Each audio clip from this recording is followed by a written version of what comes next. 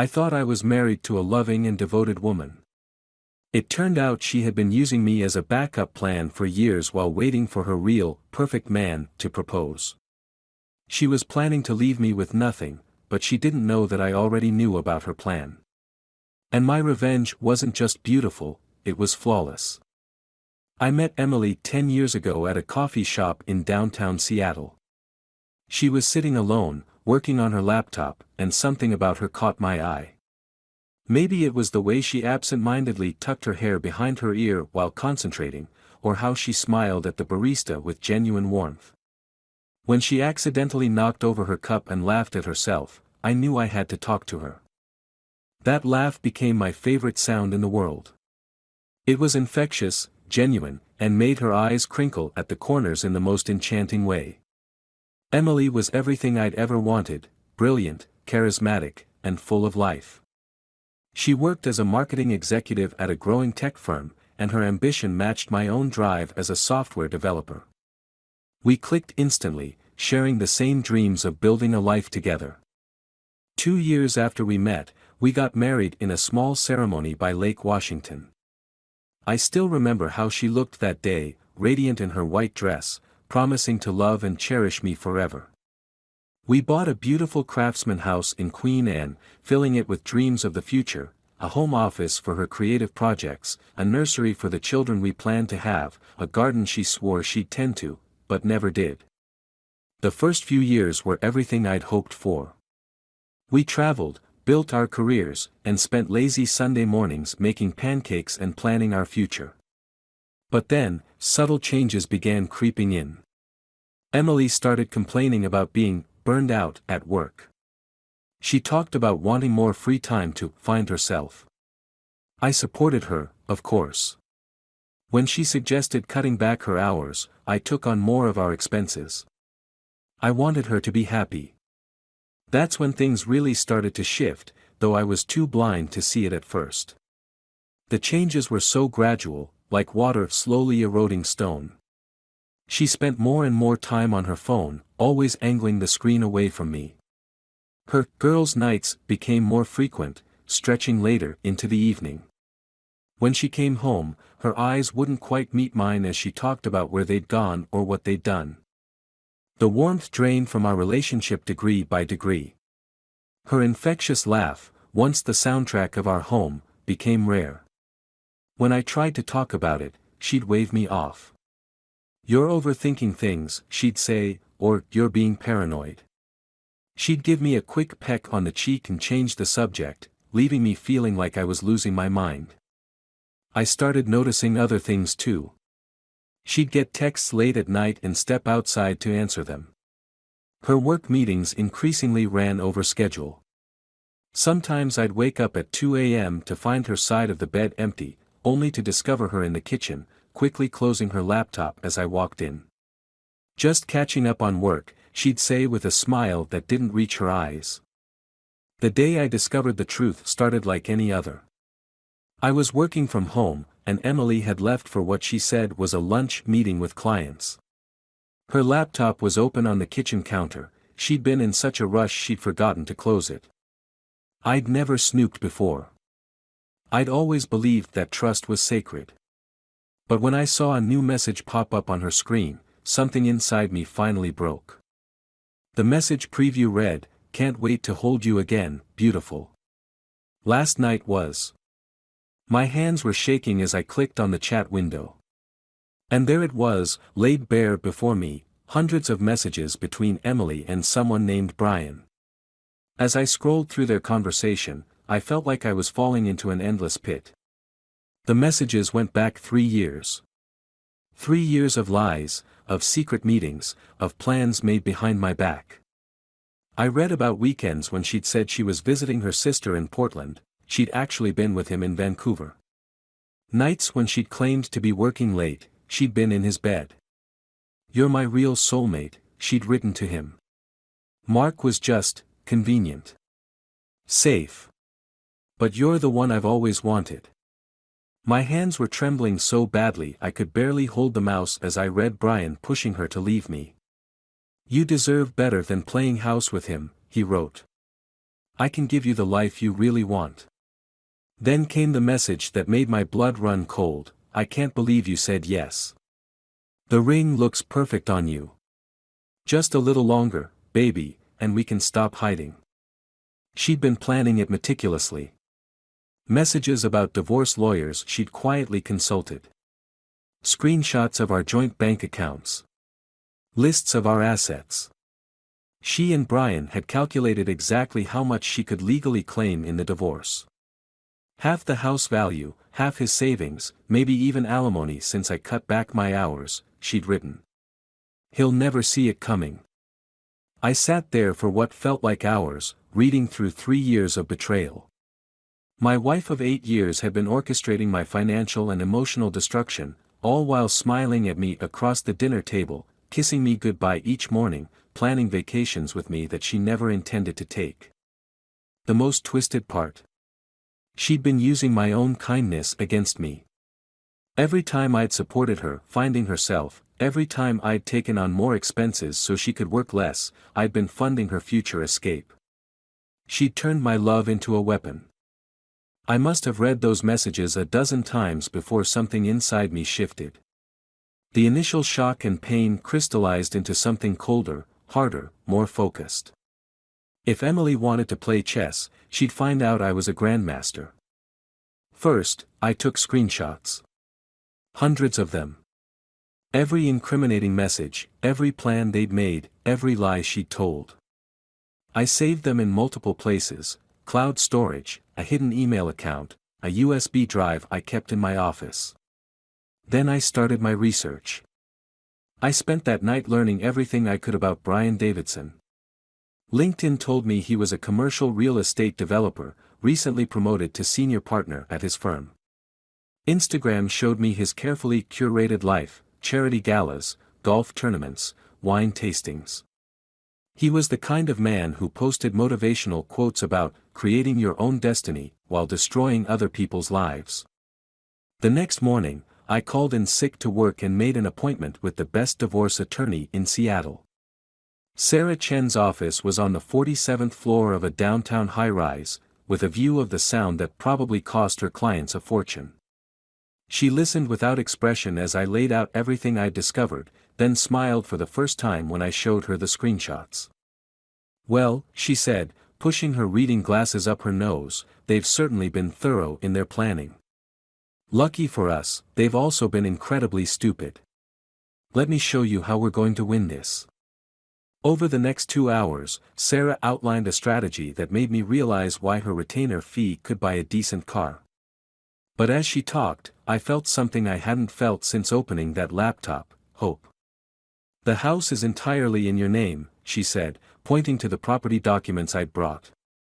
"She's never been on the deed, never contributed to the mortgage. In Washington state, that's significant. And these messages about purposely reducing her income to claim alimony? Gold." I spent the next week executing Sarah's plan with military precision.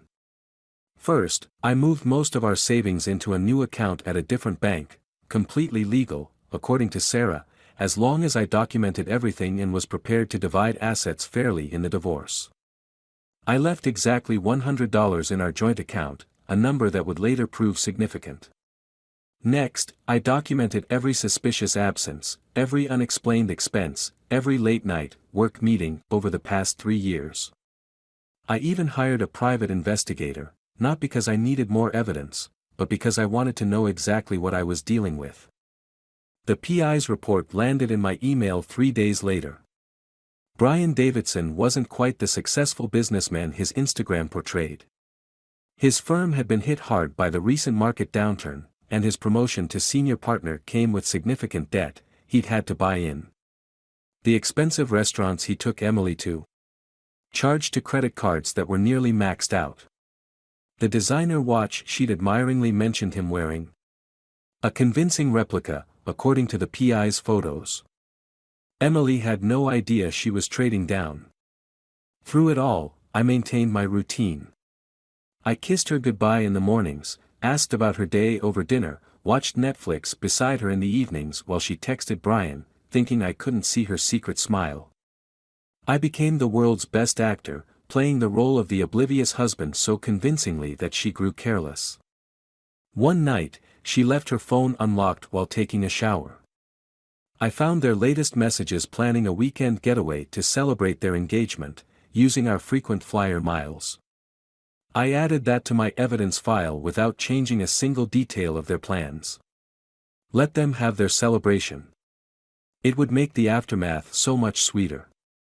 Then came the next phase of Sarah's strategy. I started quietly moving my most important possessions out of the house: family photographs, irreplaceable items from my parents, crucial documents. I told my boss I was dealing with a sensitive personal situation and might need some flexibility with work location. He was more understanding than I'd expected, especially after I explained the situation. Turned out his sister had gone through something similar. I also began withdrawing from our social circle, but in a way that Emily wouldn't notice. I had private conversations with our closest friends, showing them selected evidence of her betrayal. Not to turn them against her, I wasn't interested in petty drama.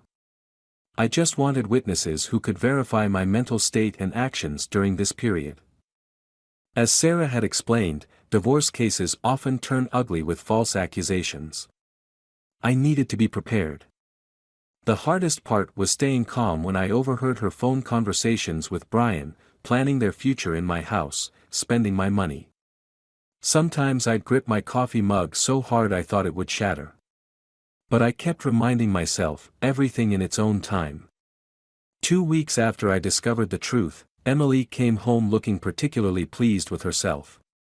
She'd spent the afternoon at a spa, self-care day, she'd called it. Really, she'd been meeting with a divorce attorney of her own. I knew because I'd had her followed. She was wearing the cream-colored blouse I'd given her for her birthday, the one she'd said was exactly her style. Her wedding ring caught the light as she fidgeted with her hair, a tell she had when she was nervous. The irony of her wearing both gifts while preparing to destroy me wasn't lost on me. "Mark," she said, her voice gentle but firm. "Can we talk?" I looked up from my laptop, where I'd been pretending to work.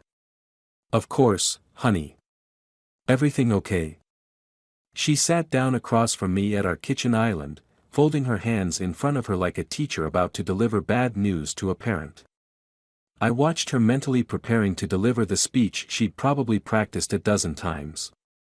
"I've been doing a lot of thinking lately," she began, her voice carefully modulated. "About us. About our marriage. And I feel like, maybe we've grown apart." I kept my face neutral, interested but not alarmed. "What do you mean?"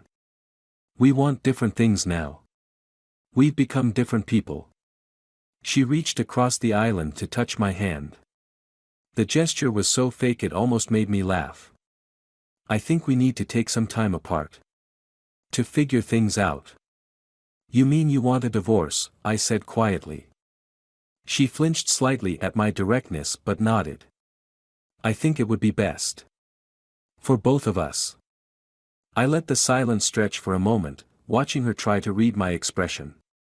Then I smiled. "I agree." That threw her. She'd clearly been expecting resistance, tears, maybe anger. She recovered quickly though. "I'm so glad you understand. I really think this is the right thing." "In fact," I interrupted, reaching down beside my chair, "I took the liberty of getting these drawn up." I placed the folder of divorce papers on the counter between us. Her eyes widened slightly as she read the cover page. She flipped through them quickly, her face growing paler with each page. These are already filled out," she stammered. "With all our assets listed." "Yes," I said, taking a sip of my coffee.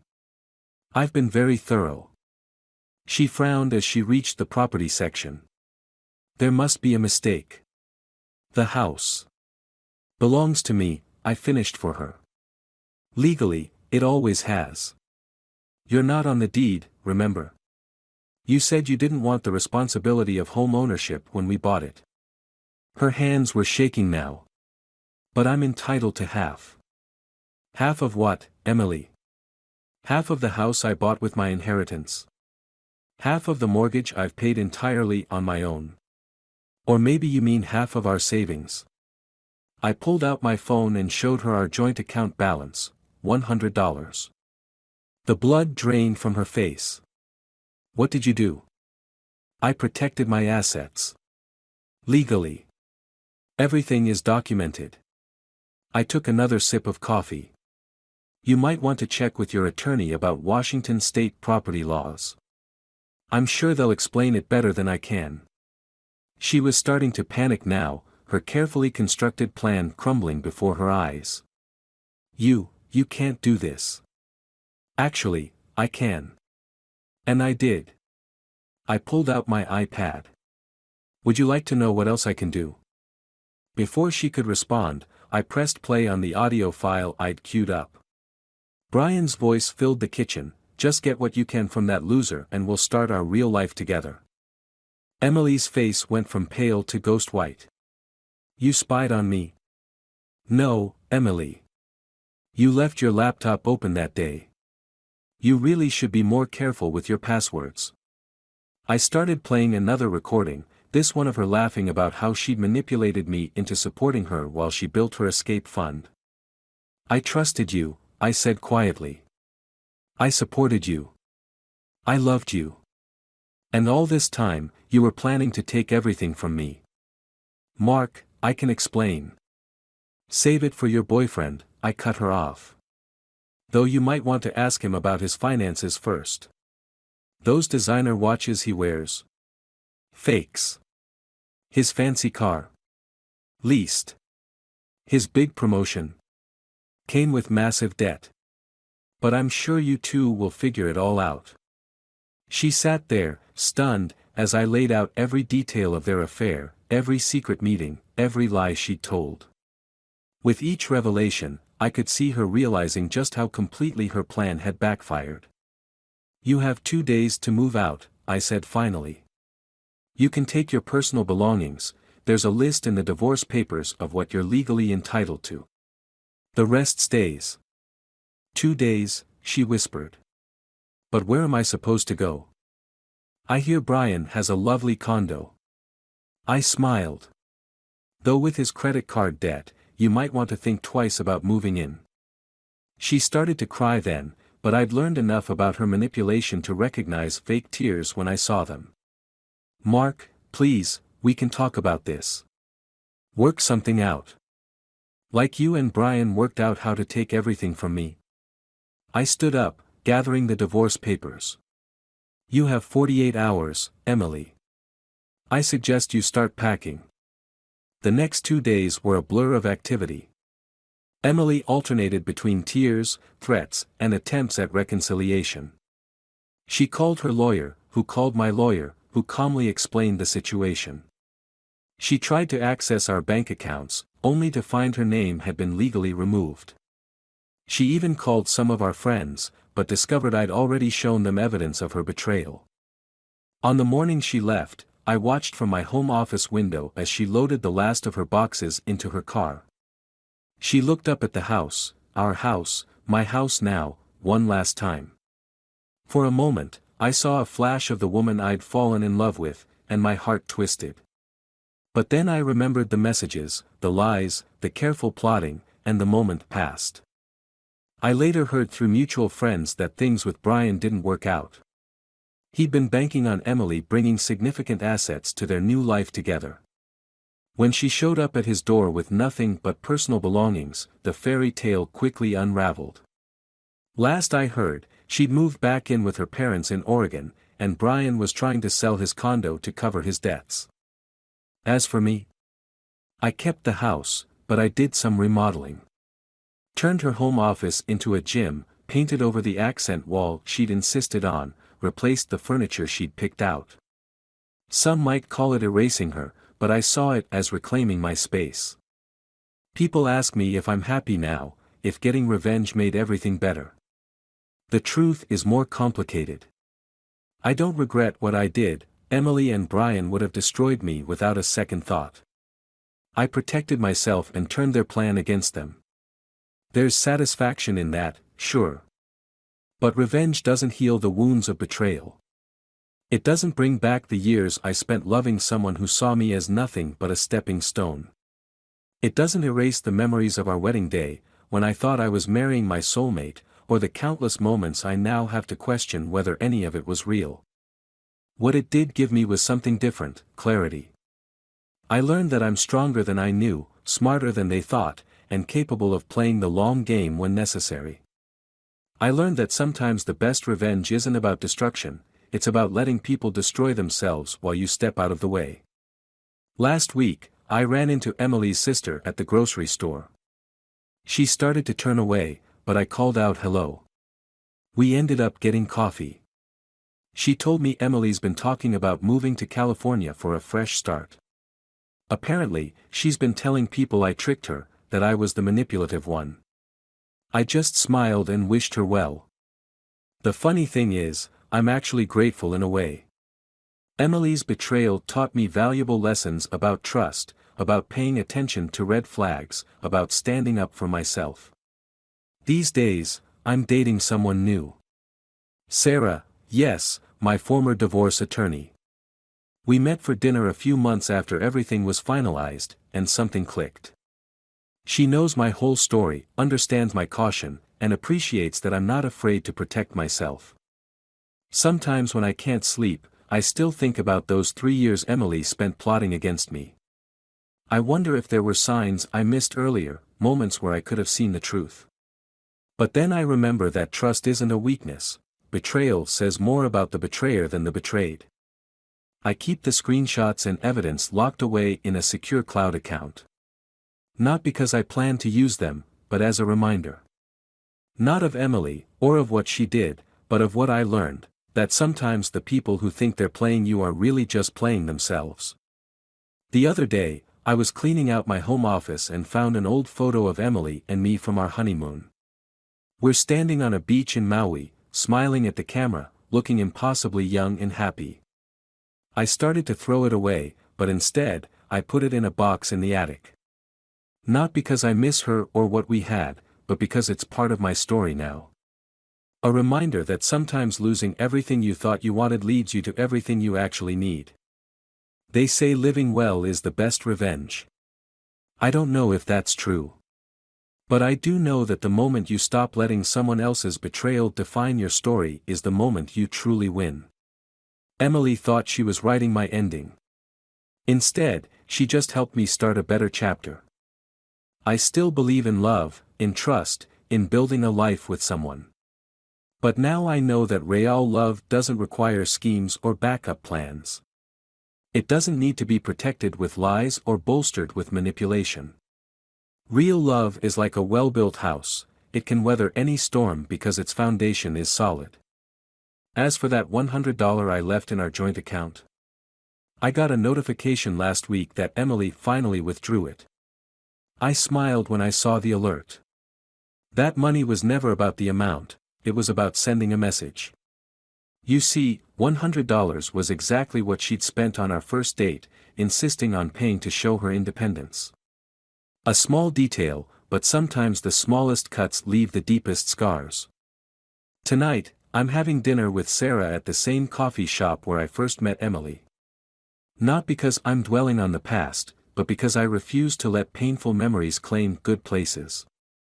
Life has a way of coming full circle, but each rotation takes you higher, makes you stronger, teaches you more about who you really are. And sometimes, just sometimes, it shows you that what you thought was an ending was really just a better beginning in disguise.